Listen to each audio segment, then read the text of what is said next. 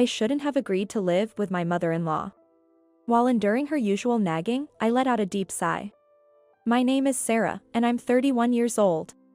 I married my husband, Chris, who is 28, 3 years ago.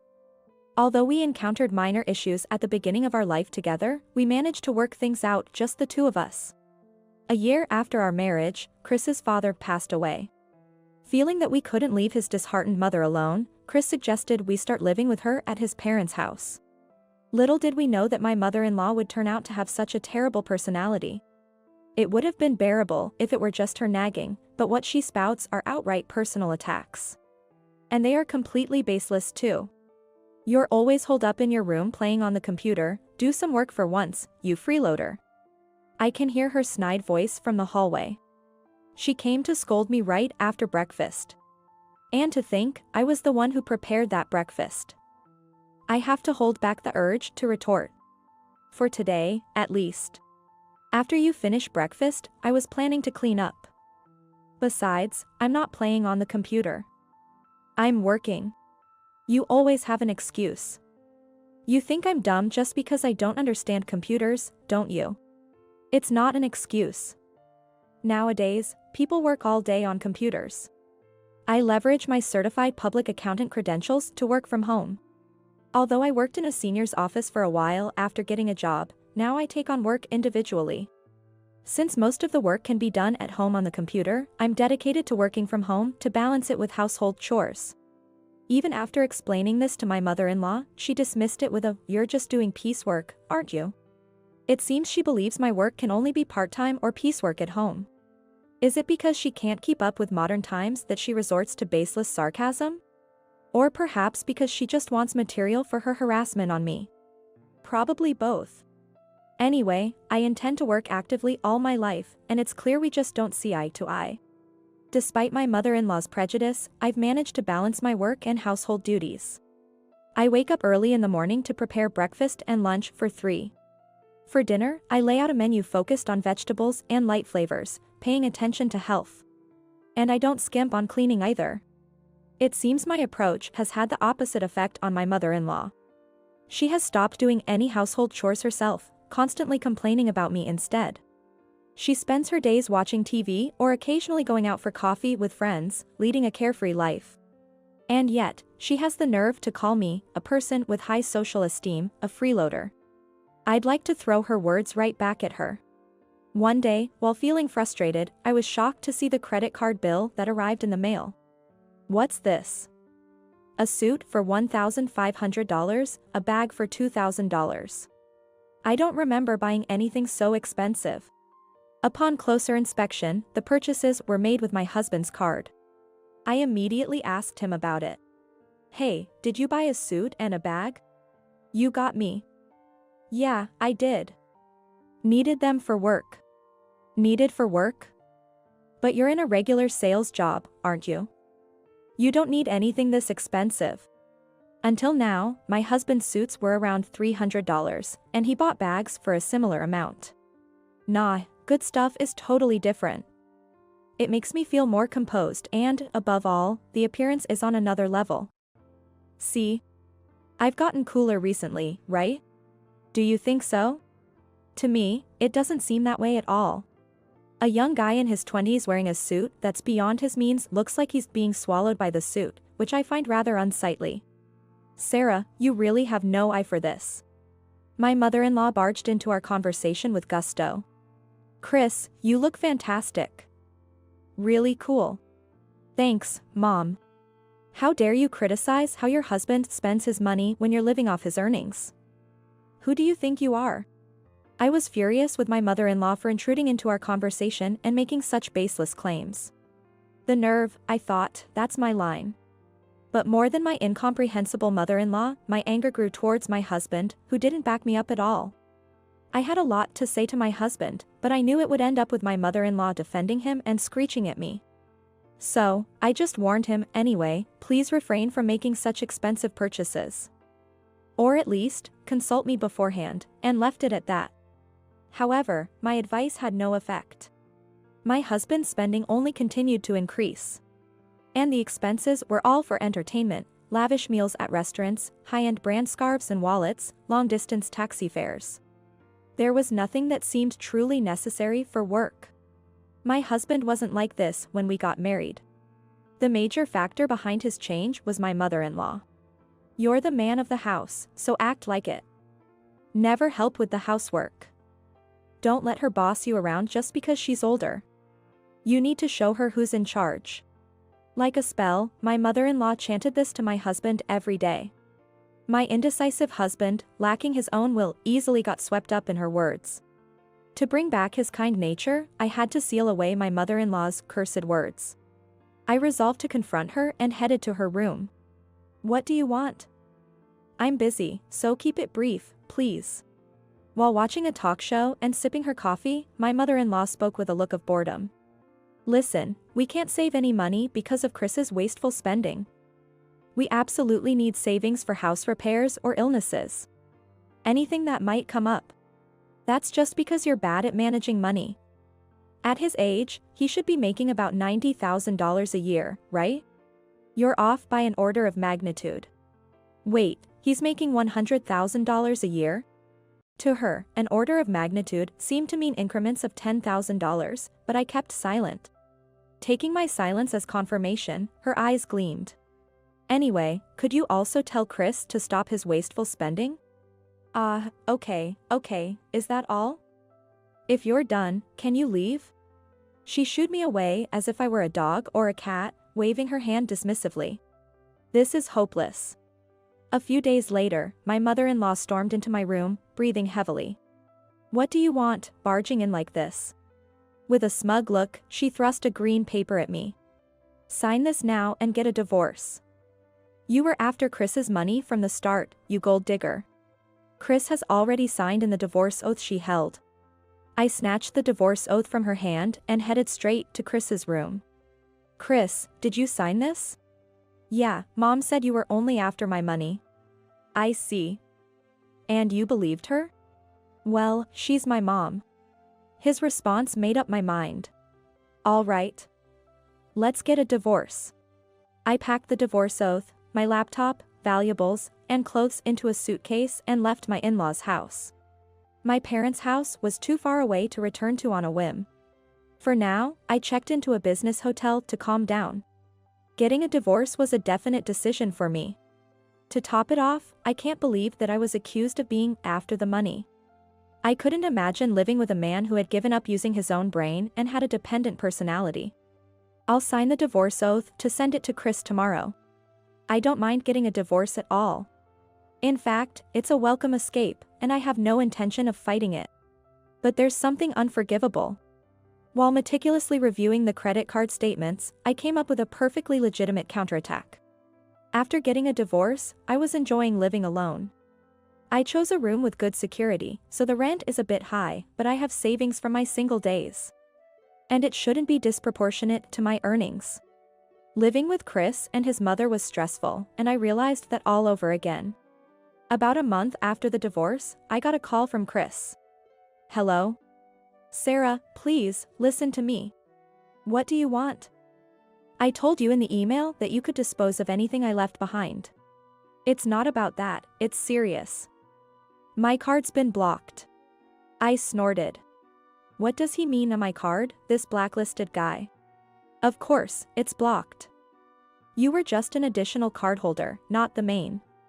It's obvious that it would be blocked once I, the primary cardholder, canceled it.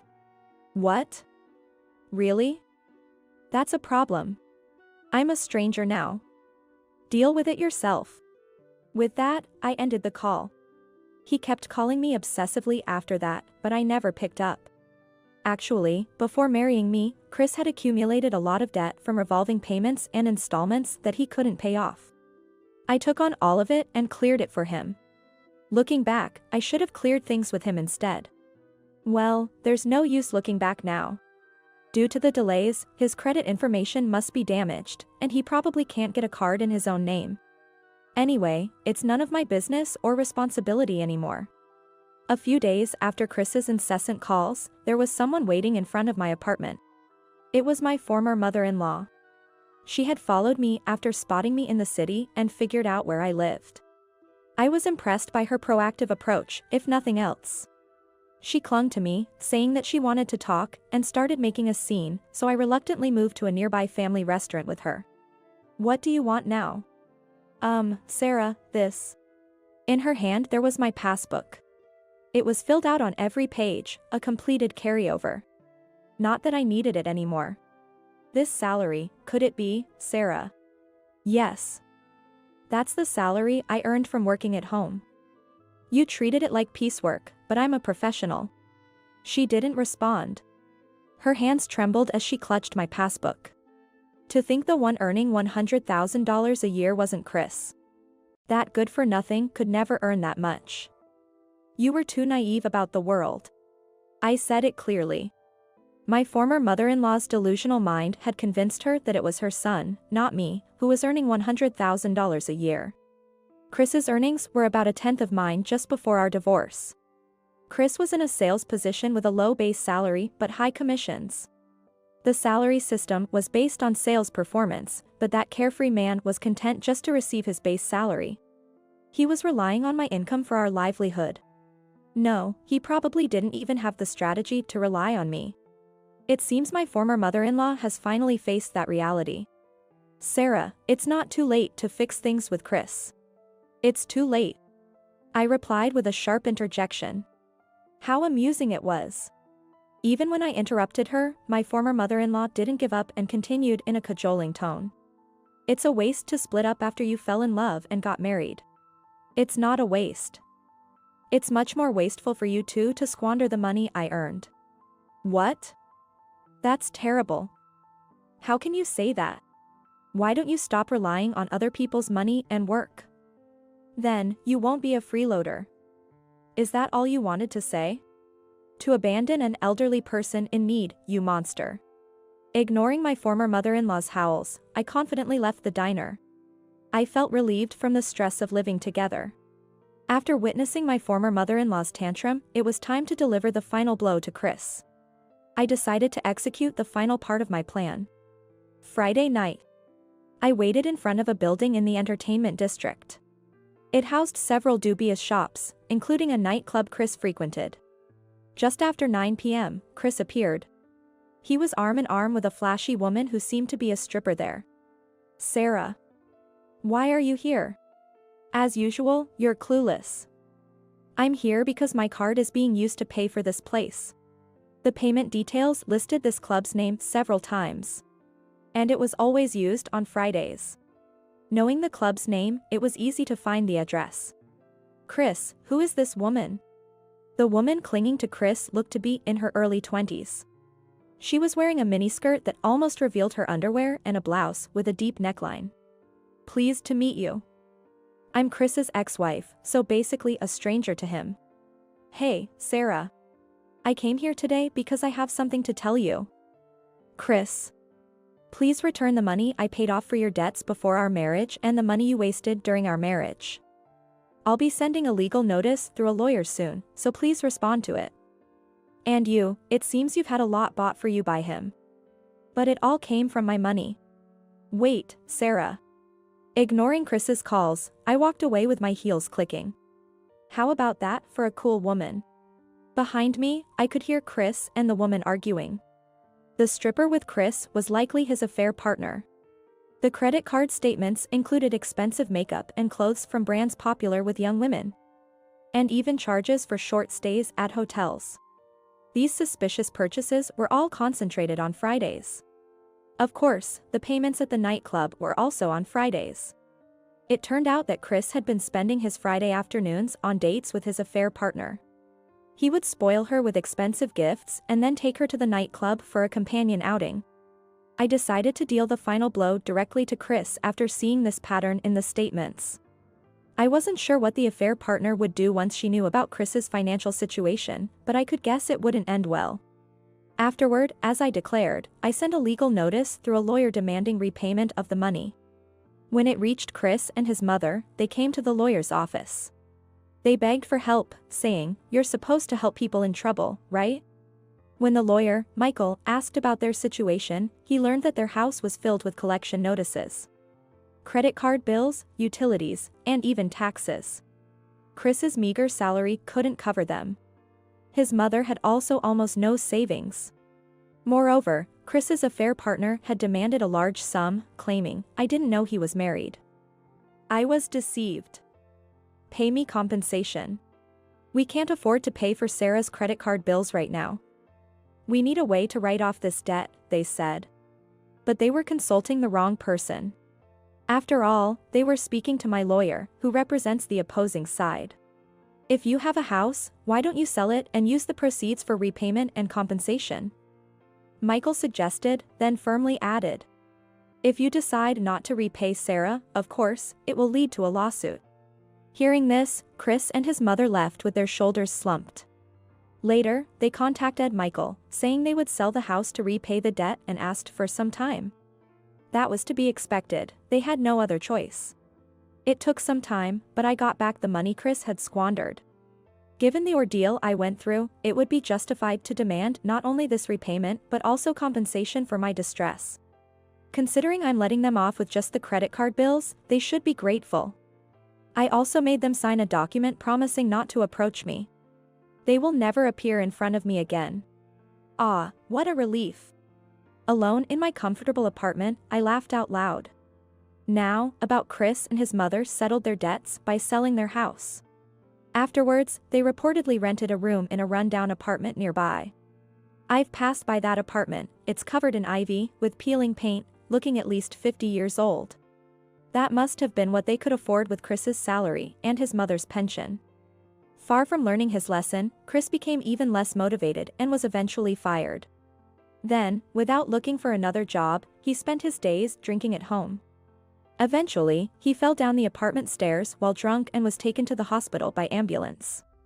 While busy caring for hospitalized Chris and figuring out how to pay for his hospital bills, his mother ended up bedridden with a severe back problem. Because she became immobile, her dementia progressed, and she became unable to live alone. She's now waiting for a place in a cheap facility. I got a call from a relative of Chris, who informed me about their dire situation without me even asking. They even asked if I had any intentions of reconciling with Chris for their sake, but my answer was, of course no. The relative must have anticipated my response because I haven't received any more calls since then. 2 years have passed since the whole ordeal and I've moved again. This time, I'm not living alone.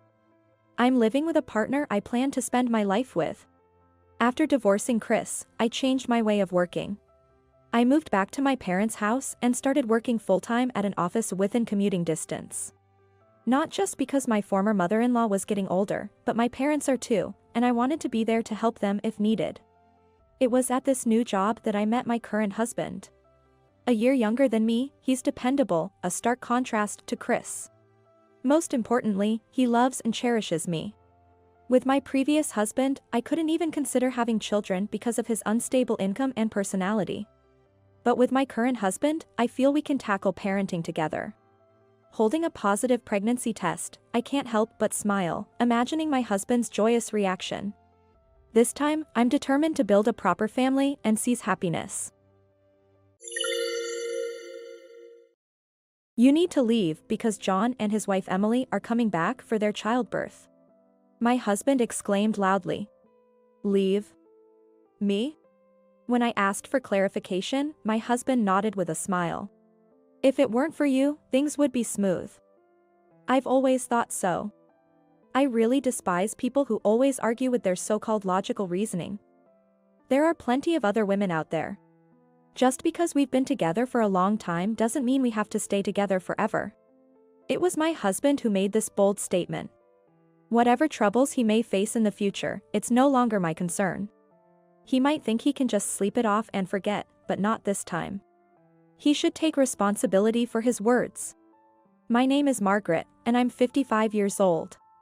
Currently, I live with my husband, Michael, just the two of us. Michael is 60 years old, 5 years my senior. He recently retired. He seemed pleased, saying, maybe I'll take it easy from now on and enjoy some fishing as a hobby. Meanwhile, I run a small but successful apparel business, which is doing quite well, thankfully. The reason we can afford an apartment with a bit higher rent is thanks to this business. Michael used to be supportive, but things changed after his retirement. First, his daily routine changed. Now that he's retired and always at home, he has many days with no plans. As a result, he started to lead a more lax lifestyle, with an increase in days spent lounging around. He would stay up late watching TV or sleep past noon. If it's occasionally, that's fine. But when it continues for several days, I can't help but become concerned. Even when I suggested, we're not young anymore, maybe we shouldn't disrupt our daily routine so much, he wouldn't listen. Instead, he would snap at me, saying, "I've worked hard all my life, let me do what I want.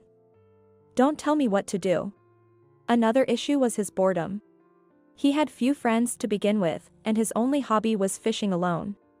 After retirement, he seemed to have too much free time. What he started doing was nitpicking my housework. Frankly, housework is not my forte. Due to my busy work schedule, I rely heavily on the latest home appliances. I depend on a cleaning robot for cleaning and electronic cooking devices for meals. But my husband didn't like that. These robots can't possibly clean every nook and cranny. It's more reliable to do it by hand. Saying such things, he forced me to do the mopping. Additionally, there was a time when he complained about the dinner. Stew should be slowly cooked in a pot with high-quality wine. It won't taste good with cheap wine, he argued. Even though he never cared before, he started imposing his preferences on me. At times, he would even say, "Stop looking for easy ways out. You lazy housewife." I would consider his requests if I had the time. But I'm too busy with work to have such leisure time. After all, if he's retired and has free time, he could do it himself. When I pointed this out, he got furious and said, "Just because you're working, don't get too full of yourself." I couldn't help but understand why some people opt for a divorce later in life. Still, I endured, thinking of all the hard work we've put in over the years. But then something happened that made him even more unbearable. That something was the pregnancy of our son's wife. Our only son, John. He and his wife, Emily, announced that she was pregnant. Actually, John and I are not blood related. He is Michael's child from a previous marriage. Michael and I remarried when John was about 10 years old. Upon hearing the pregnancy news, Michael was ecstatic. Our first grandchild. Yes, it's exciting. I was happy too, but Michael's joy was extraordinary. I think he was experiencing what you might call an overenthusiastic grandparent. That's why things turned out the way they did. The main reason why he was so excited about the pregnancy announcement was probably because Emily said she wanted to come stay with us for her delivery. Emily was raised in a single-parent household. She turned to us this time because her mom is too busy with work and couldn't accommodate her. Michael was all too eager to help. I want to welcome the baby in the best possible conditions. With that, he started preparing. That was fine in itself, but for some reason, he insisted that I be involved in everything. The crib should be this one. Just in case, get all types of baby formula. Oh, and we need to stock up on diapers too. He would just give orders arrogantly. But I was busy with work and household chores. Even when I managed to find time to prepare amidst my busy schedule, I often received complaints that it wasn't right. Not like that. I told you, that's not what I meant. Hey, enough is enough. I get that you're excited, but if that's the case, do it yourself. Stop relying on me for everything. He must have never imagined I would stand up to him like that. He was stunned into silence. Our first grandchild, you know? And you say such distant things. I see, it's because you're not related by blood to John. You don't find him dear. Do you? That's not it at all. Don't say such terrible things. You're just going too far. I thought Emily wouldn't want to come if she knew you were doing all this. It doesn't seem like a relaxing environment. Michael tried to retort but couldn't find the right words. He clenched his back teeth in frustration and went into his room. I shouldn't have said that much. It was just that he was too enthusiastic, and I ended up saying too much because I was being stubborn too. And to be spoken of John in such a manner was shocking to me as well. I do want John and Emily to feel relaxed. That's exactly why I had to stop Michael's reckless behavior. I wanted to make amends with him afterward, but he wouldn't come out of his room. With no other choice, I said through the door, "I'm sorry about yesterday. I'm off to work now," and left for work. That day, I had many troubles at work and returned home much later than expected. At this rate, dinner would be late. What should I make? Thinking about this on my way home, I found Michael already sitting at the dining table, waiting. "I'm home. Sorry for being late. I'll make dinner as quickly as I can." There was no response from him. I moved around busily, trying to make dinner in a hurry. Michael just sat there, watching me, as if to pressure me. If he's going to be home anyway, he could at least make dinner. At the very least, he doesn't need to rush me like this. Finally, I managed to prepare grilled chicken and placed it on the table. "Sorry to keep you waiting. Let's eat." Without a word, he immediately started devouring the grilled chicken. "Were you that hungry?" I also took my seat and began eating the grilled chicken with my fork. Before I was halfway through my meal, he had finished eating. After finishing, he sat up straight and looked at me. "What?" I asked, and he replied in a low voice. "You're always about work, work, work, neglecting the household chores." "What?" His unexpected words almost made me drop my fork. "What are you talking about? I'm not neglecting anything. Don't play dumb. Like today, for example. Just grilled chicken, no salad, no soup? That's unacceptable." Indeed, I usually serve salad and soup with meals. But it wasn't out of laziness today. He was watching me so intently, as if hurrying me, that I thought he wanted to eat quickly, so I hurried things along. Even though I explained this, he seemed unconvinced. "It's not just that. You negate everything I say or do. You must be looking down on me because I'm retired now. You think you're better because you're working. That's not true at all." No matter how many times I denied it, he wouldn't be convinced. I was getting increasingly frustrated. Let's stop this. This fruitless argument. John and Emily will be visiting soon, and I don't want to greet them in such a negative atmosphere. At this, Michael smirked. "Yeah, that's right. I've been thinking the same. That's why I've come up with a great solution." "A great solution?" As I tilted my head, he loudly said, "John and Emily are coming back for their childbirth, so you need to leave." "What?" It seemed unbelievable, but he wasn't joking. "Leave? Me?" When I asked again, he nodded with a smile. "I think things will go smoothly if you're not around."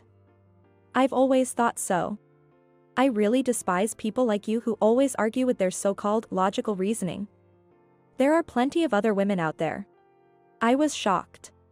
After decades of marriage, to hear such words. Michael seemed to be getting carried away, his words flowing non-stop. From his mouth poured a stream of complaints directed at me.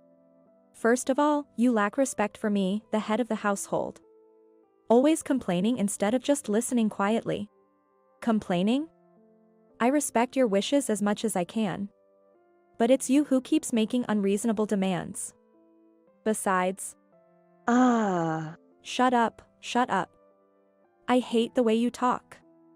So arrogant, talking down to me. Just be quiet and leave. I don't even want to see your face." Michael slammed the table with force. At this point, it was clear that nothing I said would make a difference. I simply said, "Understood," and returned to my room. The next morning, I immediately called a moving company. After being treated that way, I wasn't going to stay any longer than necessary. Luckily, it wasn't the peak moving season, so I was able to get an estimate and book the movers without any trouble. All I wanted now was to complete everything while he was away. But he was almost always at home, so what to do? As I worried, it seemed like divine intervention occurred. "I'll be going out for a bit from tomorrow." He is the type who thinks everything resets after a night's sleep. So, he spoke to me quite normally. Apparently, he was invited by his fishing buddies for an overnight trip. This was my chance. There was a slight awkwardness between us. Perhaps this time, even he realized he had gone too far. Yet, there was no apology from him. Perhaps he was hoping to pretend yesterday's outburst never happened. He's always been like that. Until now, I've been the bigger person, turning a blind eye. But after what was said, I can't just let it slide anymore. The moving estimate came quickly. I planned to take all the furniture and appliances with me, but it was less than I expected. The issue was finding a place to move to. But that was resolved smoothly as well. A person named Sophia, whom I knew through work, offered to let me stay at her place. And it was a brand new building, no less. Are you sure about this? I asked again. You have helped me so much, she said, so I decided to accept the offer. I went to see the property right away. It was more than satisfactory, with no issues at all. I then completed the move while Michael was away. Thanks to his tirade, I had no regrets. Perhaps I had grown weary of life with him too. The night after I moved, Michael called. Thinking, here it comes, I took a deep breath before answering the phone. Hello? Margaret. What is this? What's going on? Even from his voice, I could tell he was panicking. I almost laughed but responded calmly. What do you mean? The house, it's empty. What's happened here? Oh. You told me to leave, so I did just that. I took everything, from the latest appliances to my favorite dining table. I just told you to leave, not to take everything from the house. That's crazy. What? It would be crazy to leave them behind. I bought all those things with my own money. You said they weren't necessary and didn't contribute a cent. He fell silent, but after a moment, he managed to say, as if squeezing the words out. Well, it's fine. John and Emily are coming tomorrow. We'll manage without the furniture. Imagine their surprise when they see that room. Good. Then it worked out perfectly. Say hi to John and Emily for me. There was no point in continuing the conversation. I hung up quickly. There was another significant matter, but since he hadn't noticed, I didn't mention it. The next day, John called to say, we're almost there. Didn't he tell you? I've left the house. Really? John seemed surprised but didn't probe further. In fact, I sensed more relief than shock in his voice. Wow, you're not there. We can do whatever we want then. You're not coming back, right? That's right. I always had a feeling, but John probably found me annoying. He didn't like that I didn't coddle him because he was a stepchild. You're not as kind as other women, young John once told me. I thought I was raising him with love so he wouldn't struggle in the future. Well, it's better this way. We don't have to walk on eggshells around each other. Emily wasn't fond of you either, so she'll be happy. Take care. Being overly talkative must be something he inherited from his father. After hanging up the phone, I found myself pondering this.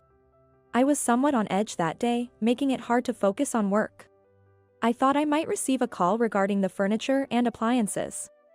Previously, Emily had mentioned, having all these appliances must make things so much easier for you. I secretly suspected that their return might be motivated by these conveniences. Contrary to my expectations, there were no calls that day. The call finally came at the end of the month. Margaret? I immediately knew the reason for my husband's hesitant call. But I pretended to be clueless. What? About the rent. Yes. What about it? He probably wanted to ask for the rent due to his pride but couldn't bring himself to say it. The rent for the apartment I lived in with Michael was $1,700. I was the one paying for it all. My retired husband couldn't afford it. He might manage for a while using his retirement fund, but it would eventually run out. He should just come out and say it since he called. But he hemmed and hawed. Finally, I decided to confront him. What? You're not expecting me to pay the rent for an apartment I'm not living in, are you? No. No, I mean, you're the one who told me to leave, remember? And now you're coming back to me for help? His pride wouldn't allow for such a request. As expected, he changed the subject. Margaret, are you okay? Do you have a place to stay? Yes, thanks to the kindness of people around me, I found a place. I'm living comfortably. Saying this would make it impossible for him to ask me to return. Not that I had any intention of going back, just to be clear. Oh, that's good. John and Emily seem lonely. I thought maybe, if you're willing, you could come back? This was something he would never say under normal circumstances.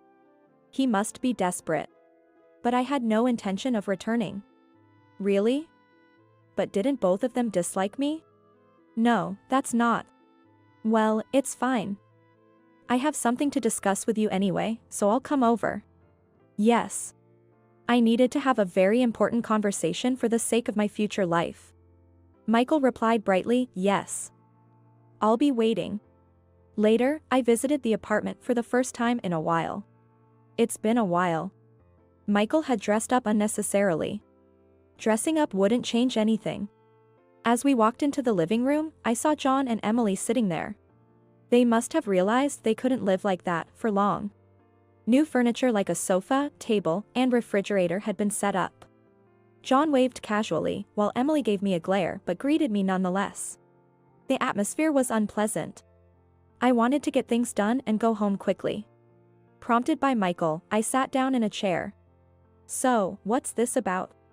Grateful that he broached the topic first, I decided to proceed with the conversation. It's about this. I think it's best to handle these matters promptly and properly. Upon seeing what I handed him, his face turned pale instantly. You're planning to divorce me? He was trembling as he looked at the divorce papers I had filled out. Yes. Ever since you told me to leave, I've been planning to do just that. Did you really think I wouldn't take you seriously? Michael fell silent. It was probably spot on. When his emotions flare up, he tends to blurt out whatever is on his mind at that moment. This habit of not thinking about the consequences has reportedly caused him trouble at work multiple times. I don't want to see your face. There are other women out there. What else was it? Anyway, after being showered with every conceivable insult, I couldn't see a future with you anymore. He probably remembers saying those things, even if he didn't think them through. Michael's head remained lowered, sweating profusely. Yeah, I said it. But that wasn't. I mean, it wasn't what I really meant. You can say such things without meaning them? I'm appalled. Well, it doesn't matter to me anymore. I was shocked. I can't do this anymore. That's all. Looking directly at him, our eyes met. He immediately flinched and averted his gaze from mine. Won't you reconsider? We've come so far together. After all we've been through, to be told such things, it's impossible. I can't be with you anymore. As I stated my position firmly, he let out a long sigh. The silence was so intense it was almost painful. Unexpectedly, it was Emily who broke that silence. Excuse me. The one who's being most inconvenienced here is me. Turning towards Emily, I tilted my head, and she glared at me with eyes full of resentment. What do you mean? I thought it would be perfect here, with you around, a clean house, and all the latest appliances. I came here expecting to be fully taken care of. And now, to be caught up in this marital dispute, it's a huge nuisance. Emily let out an even bigger sigh than Michael had earlier. She was angry with me because she had expected a pampered princess life here, but it didn't turn out as she had hoped. It was a complete misunderstanding.